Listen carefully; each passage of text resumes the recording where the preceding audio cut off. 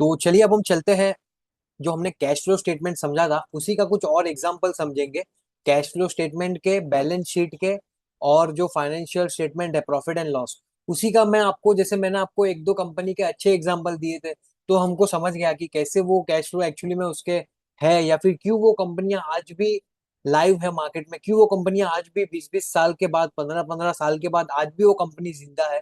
उसका रीजन जो है वो एक ही है कि वो कंपनियों ने जो भी अपने कैश फ्लो स्टेटमेंट्स थे उनको बहुत ही अच्छे तरीके से मेंटेन किया और बहुत ही अच्छे तरीके से उसको संभाला।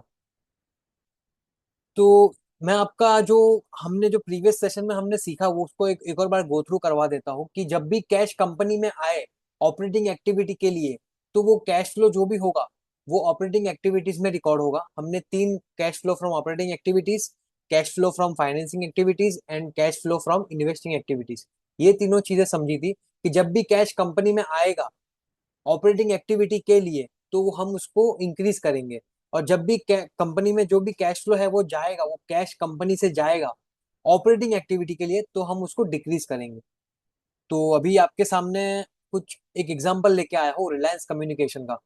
तो आपने ये शेयर जब भी लिस्ट लिस्ट हुआ होगा तो आपने सबने देखा होगा, ये शेयर जो है वो एक 300 से लेके 800 के आसपास एक टाइम पे गया था 2008 में, और आज उसकी वैल्यू आप देखोगे तो ऑलमोस्ट 2 रुपए के आसपास है। तो क्यों ये कंपनी 800 से जीरो हो गई? तो इसके कुछ साइंस थे क्या जो हम पहले ही हम इसमें से समझ सकते थे? मतलब जो इन्वेस्टर अगर इन्फॉर्म इन्वेस्टर होता 2007 में या 2008 में, हो सकता है एग्जैक्ट टॉप पे तो कोई नहीं निकल पाता, क्योंकि मार्केट में एक टर्म है कि आप एग्जैक्ट बॉटम और एग्जैक्ट टॉप कभी नहीं पकड़ पाओगे। फॉर एग्जाम्पल, जैसे कि एकदम लो प्राइस पे आप कभी नहीं बाय कर पाओगे, और एकदम हाई प्राइस पे आप सोचोगे कि मैं वो स्टॉक को सेल कर दूं, तो वो भी आप कभी कर नहीं पाओगे। तो क्या हम इसमें बच सकते थे? जैसे 760 पे किसी कोई इन्वेस्टर ने बाय किया होता और वो इन्फॉर्म्ड इन्वेस्टर होता, उसको बैलेंस शीट पढ़नी आती थी, उसको कैश फ्लो स्टेटमेंट पता थे, उसको एक्चुअली प्रॉफिट एंड लॉस पता थे, तो हो सकता था वो 760 का जो इन्वेस्टर है वो 600 के आसपास निकल जाता। कुछ उसमें लॉस बुक करके वो कंपनी में जैसे ही बैलेंस शीट बिगड़ी, वो कंपनी की जैसे ही कैश फ्लो स्टेटमेंट बिगड़ी, कंपनी की हालात बिगड़ी, अगर कोई कंपनी की हालात बिगड़ गई है तो वो कंपनी में एक्चुअली इन्वेस्टेबल उस टाइम पे सेंस इन्वेस्टिंग करना एक जो है वो राइट समय नहीं होगा। तो वो हम समझते हैं कि क्यों ये कंपनी 800 700 से आज जीरो के आसपास आ गई। तो ये जब जो भी हम प्राइस देख रहे हैं 2008 2010 का देखते चलिए, इसके अंदर शायद वो डेटा भी होगा नहीं मेरे मेरे हिसाब से। तो प्रॉफिट एंड लॉस जो है वो 2013 से है, बैलेंस शीट जो है 2015 से है, शायद इसमें 2013 से है। चलिए 2013 का प्राइस देखते हैं आरकॉम का। 2013 का आरकॉम का प्राइस क्या है ये मैं आपके सामने प्रेजेंट करता हूँ।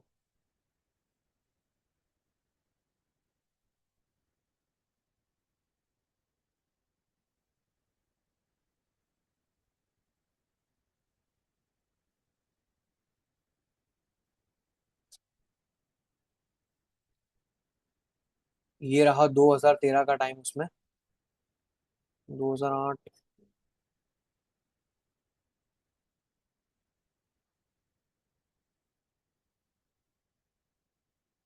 इसमें एक्चुअली डेटा दिया गया नहीं है 2013 का।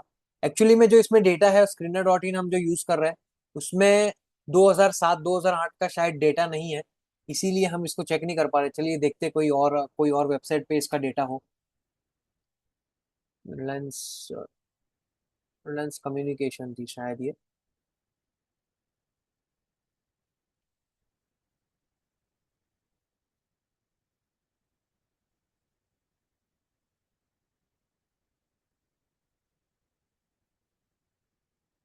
इसमें ये डेटा है अवेलेबल, क्योंकि हमको क्रॉस वेरीफाई करना है, इसीलिए मैं आपको ये जो जो भी डेटा है वो इसीलिए बता रहा हूँ क्योंकि हम क्रॉस वेरीफाई कर पाए। 2013 में रिलायंस कम्युनिकेशन, चलिए आर पावर का देखते हैं 2013 में क्या था।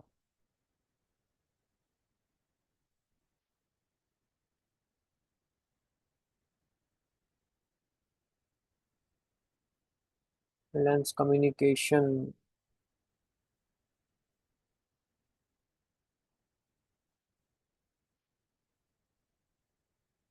तो एक्चुअली में ये कंपनीज के डेटा नहीं मिल रहे, इतने ओल्ड ओल्ड डेटा नहीं है हमारे पास, इसीलिए हमको फाइनेंशियल रेशियोज, फाइनेंशियल्स,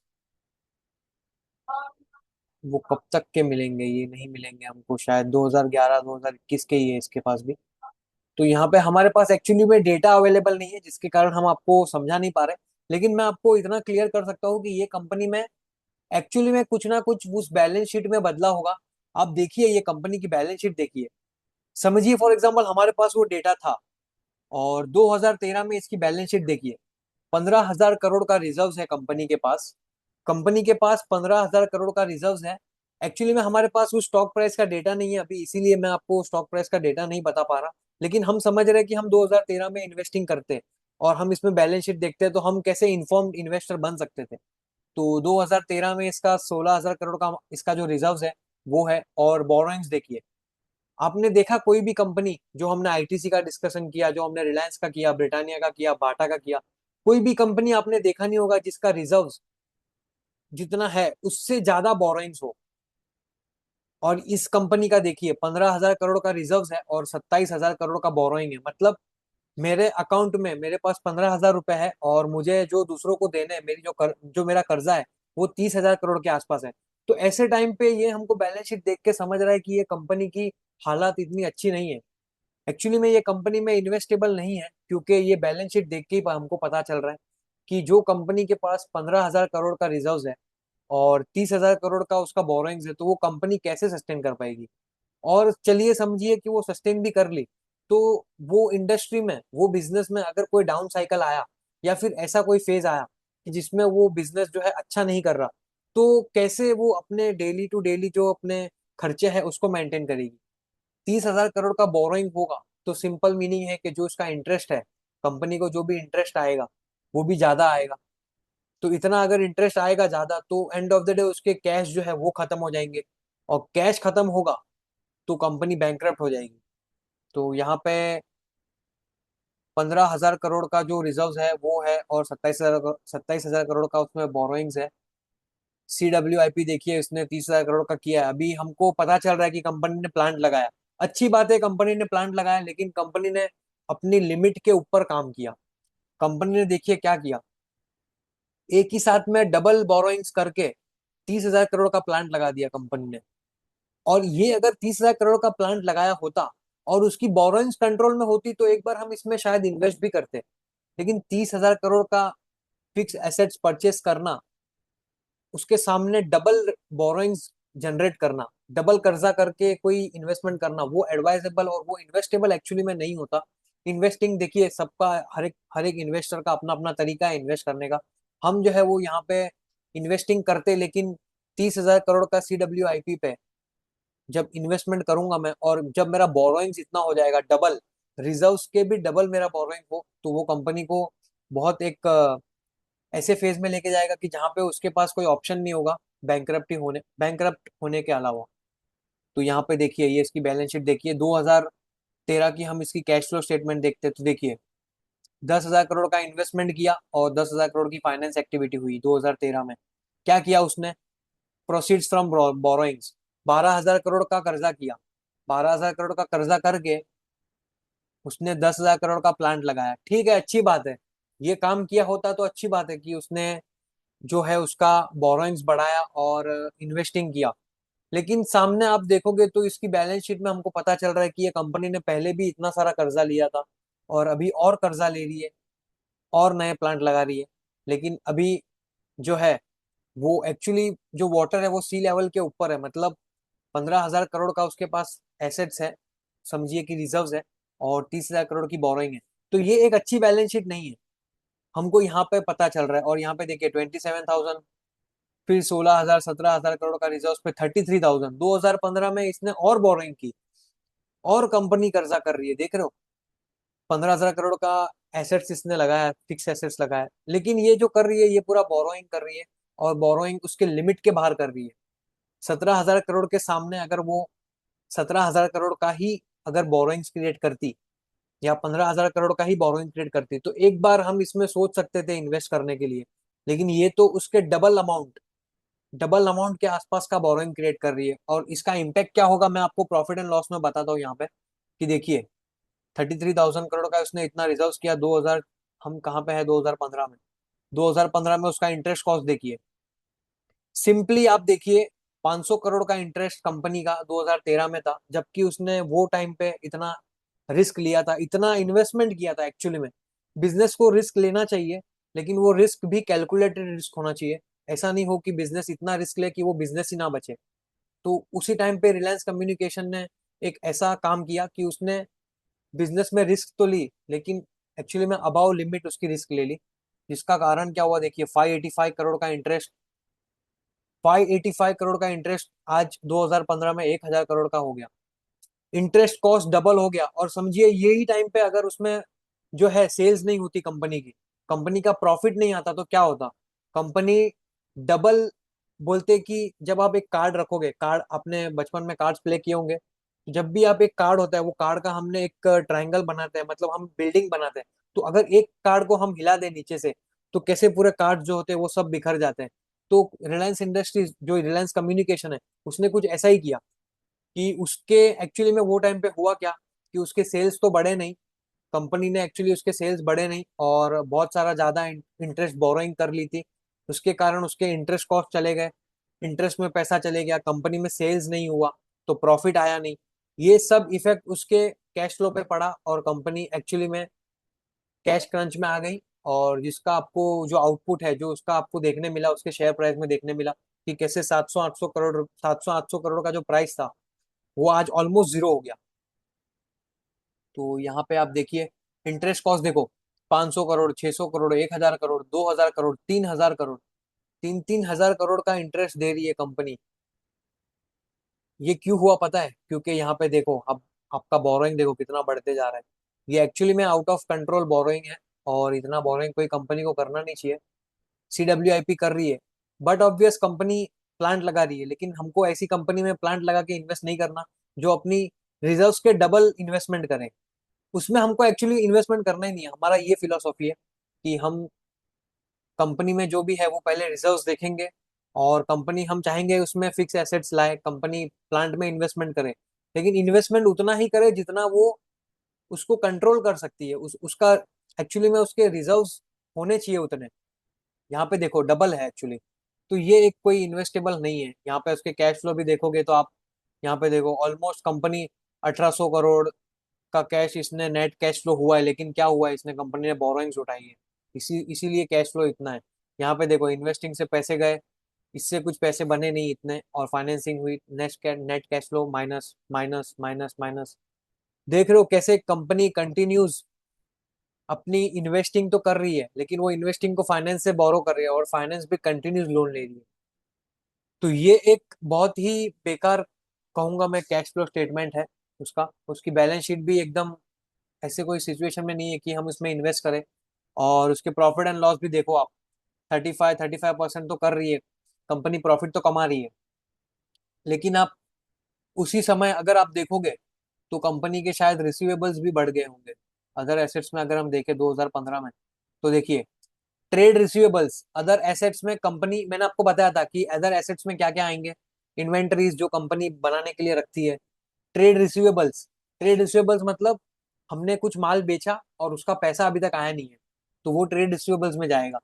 2013 में 1200 करोड़ का रिसीवेबल्स था, मतलब मेरे मेरे को 1200 करोड़ किसी से लेने थे ट्रेड रिसीवेबल्स में, मतलब मैंने कुछ बेचा होगा, और 1200 करोड़ मुझे लेने थे कोई दूसरे कंपनियों से जिसने जिसने मेरा प्रोडक्ट बेचा लिया होगा। तो वो 1200 करोड़ का ट्रेड रिसीवेबल्स 2015 में 3500 करोड़ हो गया। मतलब देख रहे हो, कंपनी कर्जा ले रही है, कंपनी बोरोइंग कर रही है, बोरोइंग लिमिट के ऊपर कर रही है, उस बोरोइंग को लिमिट के ऊपर करके कंपनी सेल्स कर रही है, सेल्स कर रही है, और सेल्स भी कैसा कर रही है, उधार पे माल बेच रही है, उधार पे माल बेच रही है, और ट्रेड रिसीवेबल्स बढ़ा रही है अपने। ट्रेड रिसीवेबल्स बढ़ेंगे, फॉर एग्जाम्पल आपके ट्रेड रिसीवेबल्स बढ़ गए, आपने माल बेचा, माल बेचने के लिए आपको पैसों की जरूरत होगी, पैसे आपने कहाँ से लाए, उधार लेके। आपने बोरोइंग्स की, बोरोइंग्स कैसे की, डबल बोरोइंग, डबल बोरोइंग करके आपने कंपनी में कुछ प्रोडक्ट बनाया, वो प्रोडक्ट को बना के आपने क्या किया, बेचा, बेचा भी कैश में नहीं, आपने उधार में बेचा। तो अभी अब मुझे आप बताइए कि पैसा कंपनी के पास कैसे आएगा, कंपनी के पास रियल मनी कैसे आएगा? अभी उसको इंटरेस्ट कॉस्ट तो देना ही है, इंटरेस्ट कॉस्ट देना है, और कंपनी के पास पैसे है नहीं, क्योंकि जितना भी माल बेच रही है सब उधार में बेच रही है। तो ऐसे ये कंपनियां एक्चुअली में जो है वो लॉस में जाती है, और ऐसे कंपनियां बैंकरप्ट होती है, क्योंकि उनके पास daily day to day business में काम करने के लिए पैसा ही नहीं है। अभी ये कंपनी देखो, सब अगेन सब उल्टा काम कर रही है, सब अब देखोगे तो बोरोइंग्स भी डबल कर रही है। सेल्स कर रही है, अच्छी बात है, चलिए सेल्स कर रही है तो सेल्स करना चाहिए, लेकिन सेल्स भी सब क्रेडिट पे सेल्स कर रही है, तो पैसा कहाँ से आएगा उसके पास? देखो ट्रेड रिसीवेबल्स कंटिन्यूस बढ़ रहे हैं, इन्वेंटरीज भी बढ़ते जा रहे हैं। देख रहे हो कैसे ये एक्चुअली बैड बैलेंस शीट है, बहुत खराब बैलेंस शीट है। बैलेंस शीट देख के हमको पता चल रहा है कि कंपनी की कैसी हालत है। और प्रॉफिट एंड लॉस भी देखिए आप, इंटरेस्ट में ही सब पैसा जा रहा है, कंपनी का 1200 करोड़ का पैसा भी कमा रही है, लेकिन सब इंटरेस्ट में जा रहा है। तो मैं आपके सामने एक एग्जांपल हम देखते हैं, लैंको इंफ्राटेक करके एक कंपनी है। अभी तक हमने सब अच्छी कंपनी थी उसके बारे में पता किया कि कैसे अच्छी कंपनी की बैलेंस शीट देखे और खराब कंपनी की बैलेंस शीट कैसे समझेंगे। तो ये कुछ एग्जांपल था। एक लैंको इंफ्राटेक, ये कंपनी देखते चलिए इसका क्या सिचुएशन है। कंपनी देखिए आप, एक टाइम पे 68 रुपीज का प्राइस था ये स्टॉक का, 68 रुपीज पे ये स्टॉक प्राइस ट्रेड करता था। और आज 10-15 साल बाद भी ये कंपनी 2 रुपए पे ट्रेड कर रही है। तो क्यों कंपनी अभी भी, क्यों ये स्टॉक 70 रुपए का 1 रुपए पे आ गया, उसका हम रीजन जानेंगे कि कंपनी के एक्चुअली में बैलेंस शीट में कुछ प्रॉब्लम हुई थी, कंपनी में एक्चुअली में कुछ प्रॉब्लम हुई थी। वो क्या प्रॉब्लम थी वो हम देखते हैं अभी। तो कंपनी ने क्या किया, ये प्रॉफिट एंड लॉस स्टेटमेंट है, ये बैलेंस शीट है। 2011 में देखो, कंपनी का रिजर्व 3,300 करोड़, 3,500 करोड़ का रिजर्व है, और उसके सामने 4,000 करोड़ की बोरोइंग है। मतलब कंपनी के पास 4,000 करोड़ पड़े, और जो उधारी है वो ऑलमोस्ट 5,000 करोड़ की है। मतलब जो बोरोइंग्स है वो डबल है रिजर्व से, रिजर्व के भी ऊपर है। और फिर उसने क्या किया, यहाँ पे फिक्स एसेट्स लगाए, प्लांट लगाए, ठीक है अच्छी बात है। रिजर्व्स देखो, यहाँ पे रिजर्व्स और बोरोइंग देखो। एक टाइम था जब कंपनी के पास रिजर्व्स 1,200 करोड़ के थे और बोरोइंग्स 160 करोड़ की थी।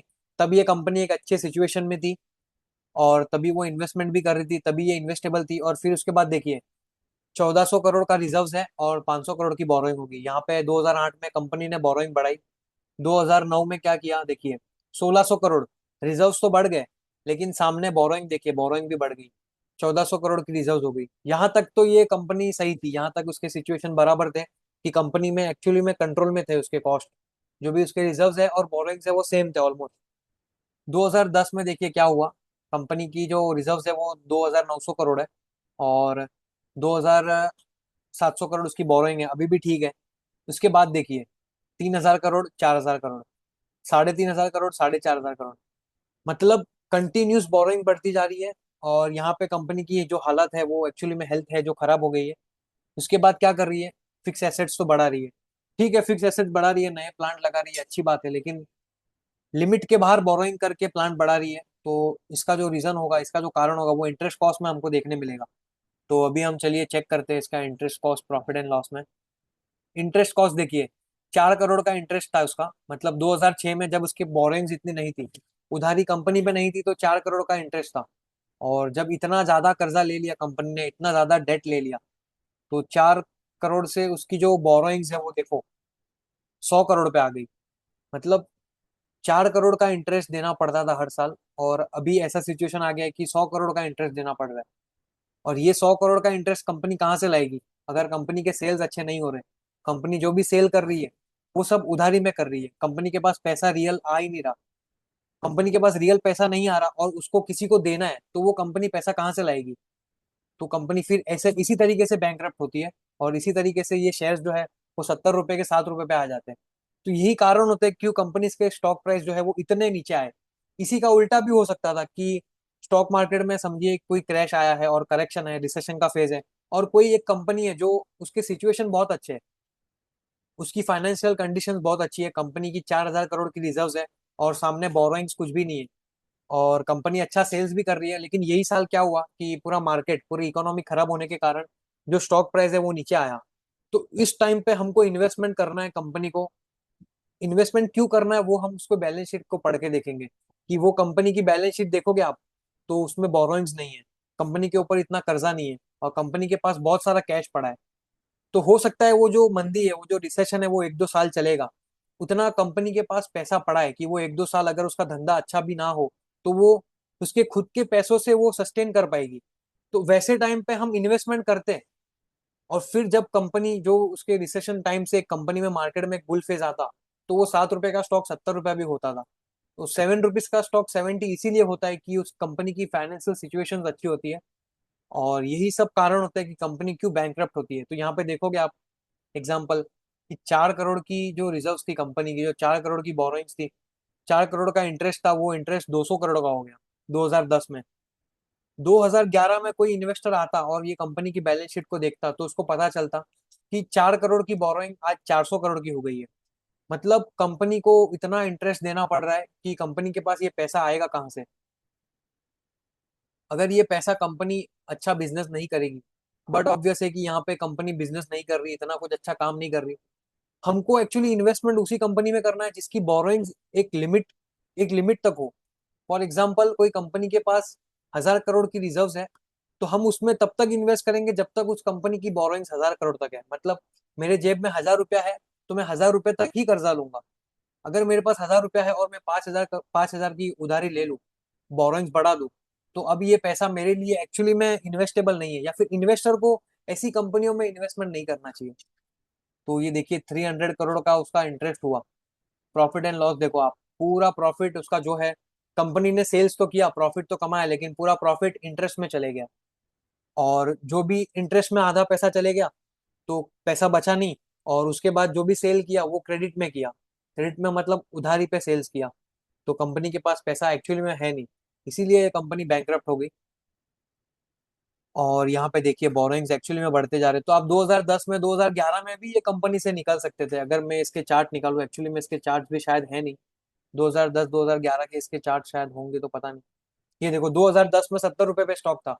70 रुपए पे आप इसकी सिचुएशन देख के, अगर कोई इन्वेस्टर, अगर मैं यहाँ पे होता, तो 70 रुपए पे अगर मैं इन्वेस्ट करता ये कंपनी में, तो मैं उसका फंडामेंटल एनालिसिस करता, तो मैं ये टाइम पे इसमें इन्वेस्टमेंट नहीं करता। हो सकता है मैं इसमें मिस हो जाता, 70 का स्टॉक 700 भी हो सकता था, लेकिन मैं नहीं करता, क्योंकि इसकी जो रिजर्व्स है और जो इसकी बोरोइंग्स है वो आउट ऑफ कंट्रोल है। तो मैं यहाँ पे बच गया होता, यहाँ पे 70 रुपए पे मैंने इन्वेस्टमेंट नहीं किया होता। और जो अनइन्फॉर्म्ड इन्वेस्टर्स है, जिसने खाली दूसरों ने बताए हुए स्टॉक्स लिए होते, तो 70 का स्टॉक देखो आज 2 रुपए पे आ गया। तो हम एक्चुअली में बच सकते थे अगर मैंने 70 पे इन्वेस्टमेंट किया होता, और मुझे पता होता कि बैलेंस शीट कैसे पढ़नी है, मुझे पता होता कि प्रॉफिट एंड लॉस कैसे पढ़ते हैं, मुझे पता होता कि कैश फ्लो स्टेटमेंट को कैसे पढ़ते हैं। तो समझिए 70 रुपए से मैं स्टॉक 60 रुपए पे आता, तो भी मैं इसमें से निकल जाता, तो भी मुझे 10 रुपए का ही लॉस होता एक शेयर पे। और अगर मुझे ये सब चीजें नहीं पता होती, और मैंने ऐसे ही स्टॉक रखा होता कि आज नहीं तो कल ये स्टॉक ऊपर जाएगा, बिना उसकी फाइनेंशियल सिचुएशन देखे, तो वो स्टॉक कभी ऊपर नहीं आता। और आज देखोगे तो 2 रुपए के आसपास वो स्टॉक आ गया है। तो ये एग्जांपल्स थे कि कैसी कंपनियां बैड बैड कंपनीज होती है, कि क्यों कंपनियां बैंकरप्ट होती है। जेट एयरवेज का भी मैंने आपको एग्जांपल दिया था। एक किंगफिशर एयरलाइंस करके भी कंपनी थी, जो इसी तरीके से बैंकरप्ट हुई थी। जेट एयरवेज जो है, ये भी, इसका भी सेम सिचुएशन हुआ था कि कंपनी ने बहुत ज्यादा एक्चुअली में डेट ले लिया था।